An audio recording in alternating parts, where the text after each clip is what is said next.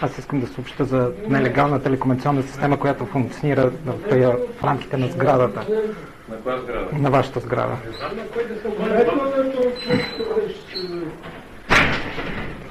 Удобно ли сега? Да, добър ден. Да ви кажа за какво става дума направо да покажа. Значи с Bluetooth, ако направим тук, потърсиме, ще излезнат някакви такива, може би стандартни, примерно излиза тук един телефон или нещо друго, нали, устройство има описание и така нататък. Обаче като свалиме от интернет, от PlayStation, като свалиме такова приложение, което е специализирано за Bluetooth и тръгвам да правя сканиране, и тук излиза телефон, това е окей, това е нормално. Обаче гледайте сега, тук имаме Type Unknown, Name Unknown, Service Unknown и Vendor Unknown. Значи, тук имаме 1, 2, 3, значи все едно това е същото, както кола, която да има регистрационен номер и се вкарва в компютъра и няма никаква информация за тази кола. Това означава, че има някакви Bluetooth устройства и Bluetooth устройствата дава възможност за двустранна информация. Един път да се сваля информация, но може да също така и да се даунлоудва. Сега, айде ще го направим първо този, който го знаем, iPhone-а. Така, вземаме информацията от тук, адреса, правим му копи, отиваме сега на този, на вебсайта, изтриваме тук, така, правиме paste, айде сега правим проверката и излиза, излиза информация, име на производител и така нататък, адреса, всичко излиза. Обаче отиваме сега на информация на тези Bluetooth устройства. Ето го, Vendor Unknown, Type Unknown, Name Unknown, Service Unknown, Vendor Unknown. Ето, взема го този адрес. Този ще го взема. Отиваме, правим допълнителна проверка. Верно ли няма никаква информация за негове? Я да го проверим сега. Или приложението лъже. Ето, проверявам го. Дай да изтриеме. Хубаво. Айде. Дай paste. Така. Да видим? Ето. Нямаме информация. И това, тъй като е Bluetooth устройствата, са в рамките на 50-100 метра. Така. Това е обсеген. Това означава, че става тук или някъде тук наблизо, обаче вашата сграда е в обсега на тази нелегална телекомуникационна мрежа. Няма такова. Какво означава? Тоест, имаме ли такова устройство или няма? Има вътрешна мрежа, която... Не, устройство. Тоест имаме нелегално Bluetooth устройство. Това е нелегално. Това, че вие не е регистрирано. Добре. Какво е това устройство? Как така не може да ми кажете? Не мога да ви кажа какво е това устройство. Тоест имаме една кола, която е с нерегистриран номер, обаче вие не можете да кажете. Някакъв сигнал. Да, искам да подам сигнал, да. Сядате и пишете. Да, ето подавам сигнал. Тук вашите данни. Да. И тук кратко. Да. На еди класи дата бях еди къде. Да. Установих еди какво си. Да.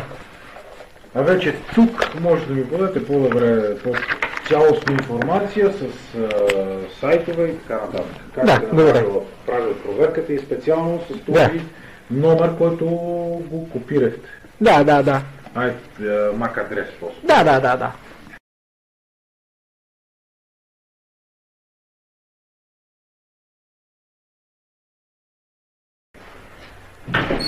Благодаря ви много.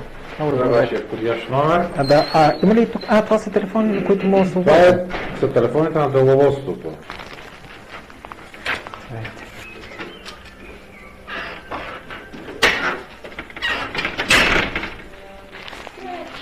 Благодаря.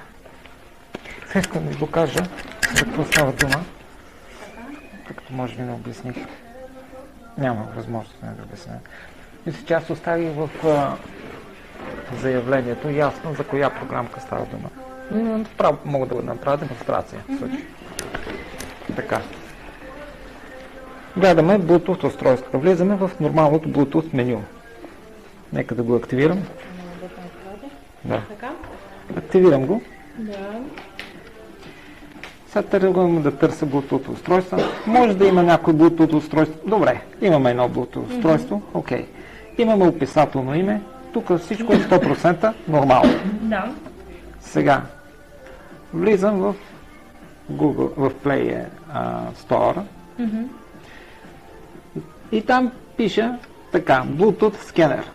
Тези Bluetooth скенери какво правят? Правят следното нещо. Човек си загубва, примерно, има тези малките слушалчици. И загубиш си го някъде, остави го, и той сега тръгва, включва го, прави старт, намира си го устройството, прави така, Device Finder, той дава силата на сигнала и той започва топло-студено. Сигнала по-силен, сигнала по-слаб и той си го намира. Сега, с тази програмка, понеже тя е по-подробна, излизат други резултати. Вие видяхте, че излезе само един резултат, може би лаптоп. А сега тук излизат няколко, 5 резултата, а там излезе само един. И какво гледаме сега? Имаме Type Unknown, Name Unknown, Service Unknown, Vendor Unknown. Нелегитимно Bluetooth устройство. Всяко Bluetooth устройство, когато се произведе, има MAC адрес. Това е същото, както е с автомобилите. Значи, като вземем регистрационен номер на... Няма ли същото MAC адрес? Той има така. Обаче, като се поставя регистрационния номер на автомобила в компютъра, излиза информацията за автомобила, какъв е вида на автомобила, кой е собственика, какво е производство, дали има платени и така. По същия начин, тук би трябвало да излезе информация, но нямаме никаква информация за това устройство, докато тук виждате, имаме лаптоп и така нататък. Сега ще го взема номера, този номер, MAC адрес, и ще го копирам и ще влезна в сайт за проверка, точно както се прави за автомобилите. Копи. Това съм написал тук сайта също. Влизам в Opera и пиша Mac. А по принцип интересува ли сте се дали в магазин за IT и такива неща, да отидете и да го покажете да видим дали не е окей, смисъл такъв, така, че то пак има номер реално. Но не е никакъв номер. Сега всичко ще ви кажа. Paste. Не чисто от... Да. Сега ще ви кажа. Като информация. Всичко ще ви кажа. Защото нали се че аз не съм... Аз се занимавам с престъпления, ли има ли извършено? Това е най-голямото престъпление в момента в България. И то се извършва в момента така. Инфо, нямаме никаква информация. Влизам в момента в моите settings и тук пиша Bluetooth адрес, това е на моя телефон, Bluetooth адреса, вземам го адреса и правя проверката в същия този вебсайт, за да видите, че на моя телефон ми излиза информацията. Нали? Слагам. Сега ще ви обясня. Ето, има име и не такова. Сега, имаме Bluetooth устройство, които няма никаква информация. И това е цяла една мрежа. И тези Bluetooth устройства в момента са тук, защото Bluetooth има обсег на действие 50-100 метра. Обаче, когато е в помещение с сгради, тогава той е по-малък, примерно 10-20 метра. И това означава, че тези устройства като действат, дали ще бъдат тази стая или съседната, всеки един човек, който влезе във вашето помещение, влиза в обсека на действие на тези Bluetooth устройства. Тоест всичката ваша информация в момента е застрашена от тези Bluetooth устройства. Какви са тези Bluetooth устройства? So if I have to do this demo again, I would add these arguments as well. So if we look at the menu of the Bluetooth scanner application here, we press this button more, we get more information, and here we see device major class code 7936. So what does this thing mean? So it turns out that there is international standard. There is a table given by an organization called Bluetooth Special Interests Group, International Standard of Bluetooth Devices.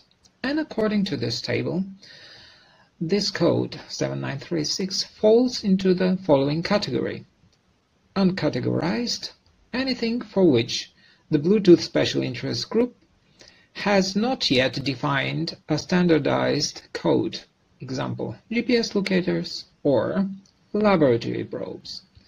And these definitely fall into the category of laboratory probes. These are not GPS devices. I personally have identified more than 100 of those devices on an airplane, and these are not GPS locators. So then, who turned the city, the country, and the whole world into a laboratory testing these Bluetooth devices, and for what purpose? Another argument is every Bluetooth producer, every producer that produces devices that have Bluetooth, has in his interest for these devices to show up on the standard Bluetooth menu. He wants the users to find these devices instantly. Second, he will definitely put a descriptive name for the produced device. He wants the users to find it, to identify whether it is a printer, it's a headset, it's a keyboard, earbud, telephone, whatever it is. He has to find it, and he has to find it quickly and easy. And third, he has to connect with it. This is the whole idea of the Bluetooth devices, to connect with it. And with these Bluetooth devices, we see first, they're not in the standards menu, they're hidden.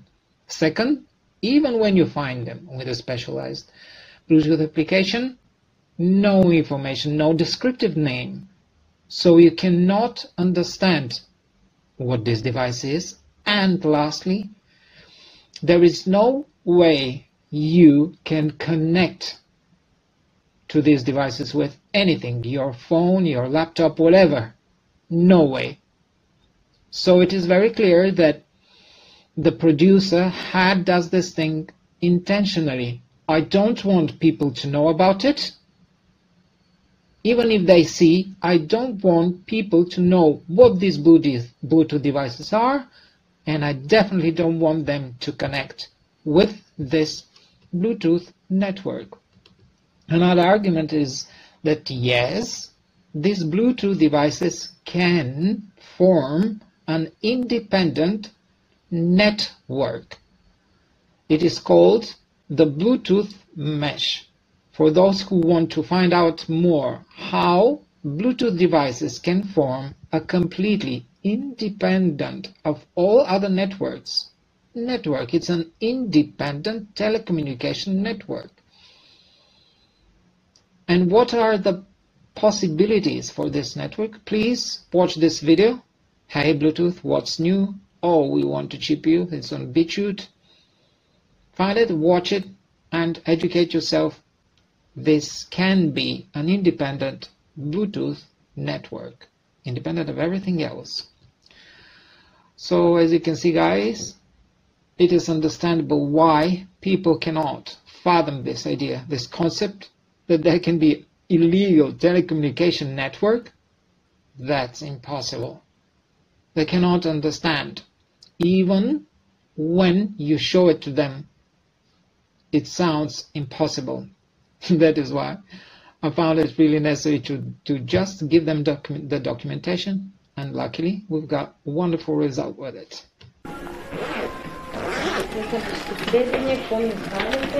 Да.